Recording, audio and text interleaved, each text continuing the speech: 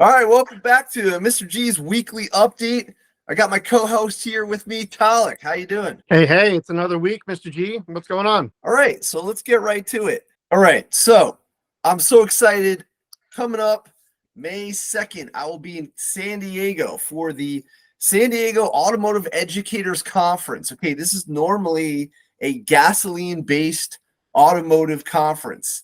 Diesel, gasoline, and I've been teaching that forever. I do small engines and whatnot.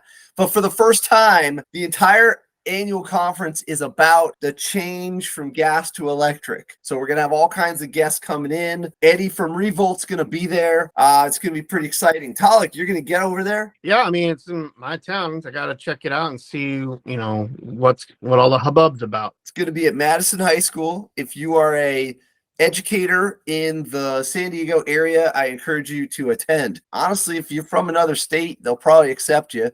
It's really just about spreading the message of sharing knowledge about the new technology coming up. It's just an option. You don't have to go electric, but you probably want to have that option for you and your students. All right. And if you're interested in going, you got to make sure that it's just for educators, not for students. That's 100% right. This is just for the teachers. Tom, I'm excited you're here, but we got questions about the bus. What happened, man? Ran out of juice, man. And I thought I was going to make it home. I was almost home. I was almost back to the learning center. We think one of the BMS cut out. Oh.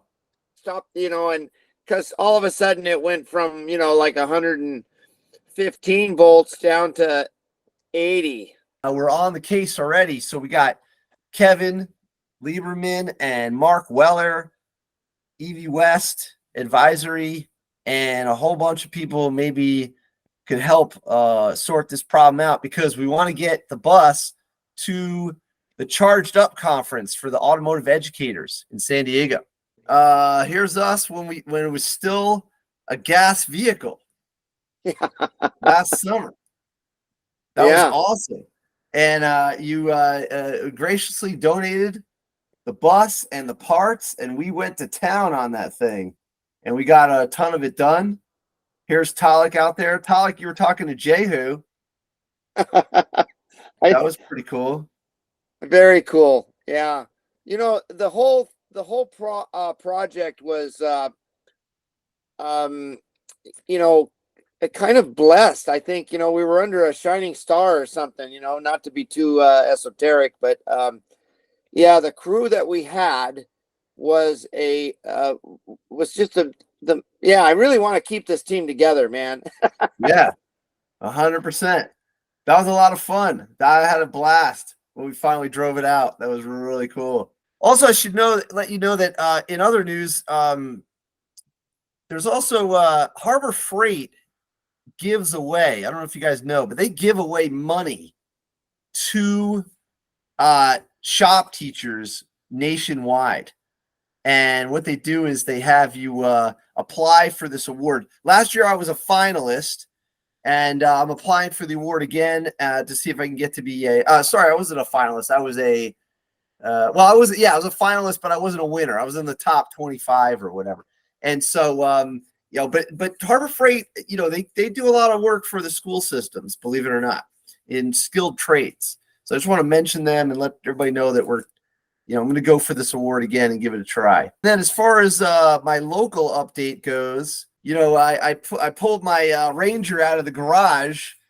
Talik, did you ever drive an old stick shift pickup truck? Yeah, actually, my friend had a 2x base model Tacoma that I drove a couple times, but myself, I actually had a Dodge D50, which essentially was a Mitsubishi, I think it was a Mighty Max truck. So that thing was 4x with a little 4-cylinder, and tires too big for it, and it ended up having vapor lock, and I lived at the top of a mountain. It was kind of bad news. But yes, to answer your question, I have driven an old small pickup manual. It's awesome. And the only reason I mention is because it looks like I now drive a Tesla, and people they think, oh, he only likes electric or this and that. I'm like, well, actually gas is what got me here. And this old Ranger, I had no car payments for 16 years. I put 300,000 miles on that thing. No car payments because I think I bought it for $1,000. It was used when I bought it, you know. And I just want to mention that you know, the gas thing is kind of cool, but you know, obviously, if you get the chance to go electric, I would definitely.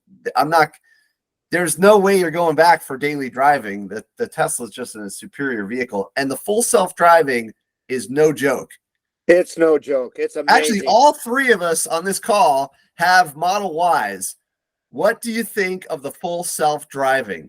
Just amazing. It's amazing. It's got this old driver totally blown away. If it was to show up at the DMV and ask for a driver's license, I would have to pass it. Now, I might take a few points off for a couple of little, you know, errors, but it would still pass. It would still leave with a driver's license. Yeah, wow. And Talik, what do you think of the new update? The biggest thing for me is I wish it had where you set it to minimal lane changes and it remembered that, because every time you start a new drive, it goes back to default, and it just likes to lane change all the time. It's always trying to get around people, and I don't know, you know, I it's a bit much for me, so I always hit minimal lane changes. But other than that, it's pretty good. There's still some times where it's like still figuring out which lane to pick after getting off the freeway. But in terms of getting you from point A to point B, as long as you're paying attention, you know, you can relax. Nice. Yeah, I do set it to minimal lane changes, and I set it to aggressive because I'm in New Jersey. And I will tell you, it needs your input. So if you do a disengage or turn it off, and then you press the button to give it feedback, you definitely need to give it feedback because it's a learning system. It's an AI. So Yeah. pretty wild. I can only imagine how many messages they're having to go through now that everybody has it. You know, if someone would please tell me whether they even hear me, I said, here's my email address. Send me a message to tell me if you actually heard this. And you have to say it in 10 seconds. So we'll see what happens. I don't know. You know, at school, obviously we were watching, you know, my day job is I'm a high school shop teacher in New Jersey. We were watching the solar eclipse as much as we could from New Jersey. But the big news is that we are working on this, you know, off-grid food trailer, and we're making a lot of progress. This is kind of what it looks like. This is the virtual model. It's going to be solar panels, battery backup. It's going to have a food warmer, a fridge. We're going to, Tom's got his blocker, his welding vision there. There you go. And what the cool thing is that you literally can, you know, we're going to serve some burritos out of here. So this is us pulling it out of the shop. It actually fit. It doesn't have the trailer underneath yet. And that's Mr. Herr. He's the wood shop teacher. And we're making a lot of progress. So stay tuned to see the result. It's going to be really cool. And that's basically it. Yeah. Anything else you want to add, Tom or Talik? I drove to Texas. I did a high speed over there and back. I stayed 2 days at my sister's. 16 charges over and back. I did a bunch of self-driving. I took some naps. You know, the Model Y is the road tripper par excellence. Yeah. Let's wrap it up here. That was the weekly update from Mr. G, and Talik and Tom jumped on. That was pretty cool.